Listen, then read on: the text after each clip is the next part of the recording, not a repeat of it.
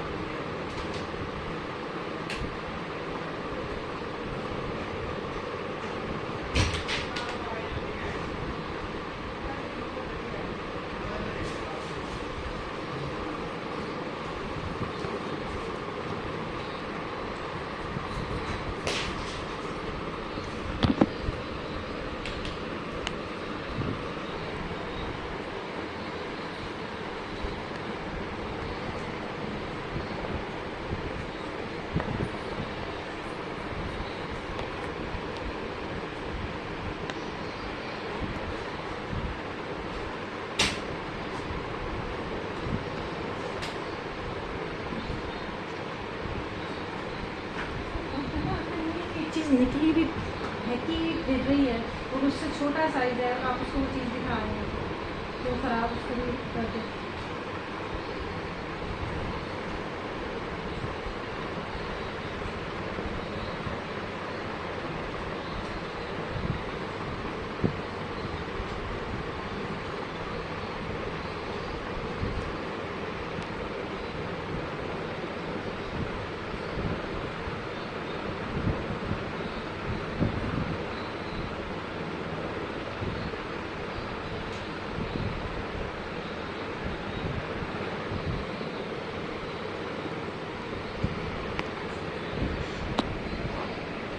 अब तक हम लोग लीनियर मोशन को डिटेल में पढ़ गया है और जब हम लीनियर मोशन को पढ़ रहे हैं तो एक पाथ मोशन जो है वो एक स्ट्रेट लाइन होगा, स्ट्रेट लाइन पाथ पे सर्कुलर मोशन है the motion of an object a circular orbital motion side होगा तो हम साइड रहेंगे ऑर्बिटल सर्कुलर मोशन और जब वो थ्रू द बॉडी पास कर रहा होगा या passing from with the body कहते हैं दैट रोटेशनल मोशन।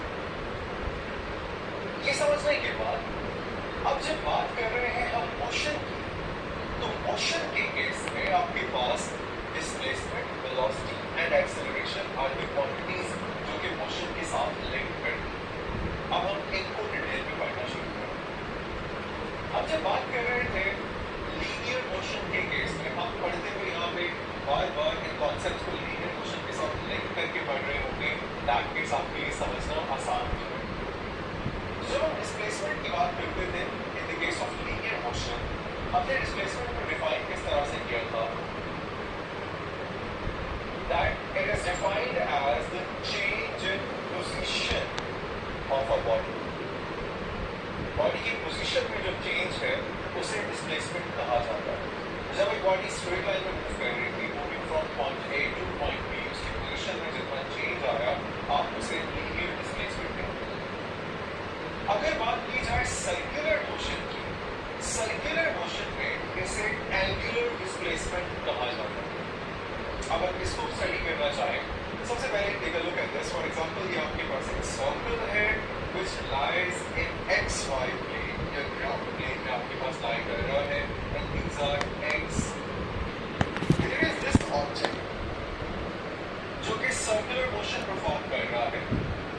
हमने इस ऑब्जेक्ट को ऑब्जर्व करना शुरू किया let's say at time t और ये टाइम t के ऊपर पॉइंट p1 पे था। This is the initial moment when we started to observe जो है दैट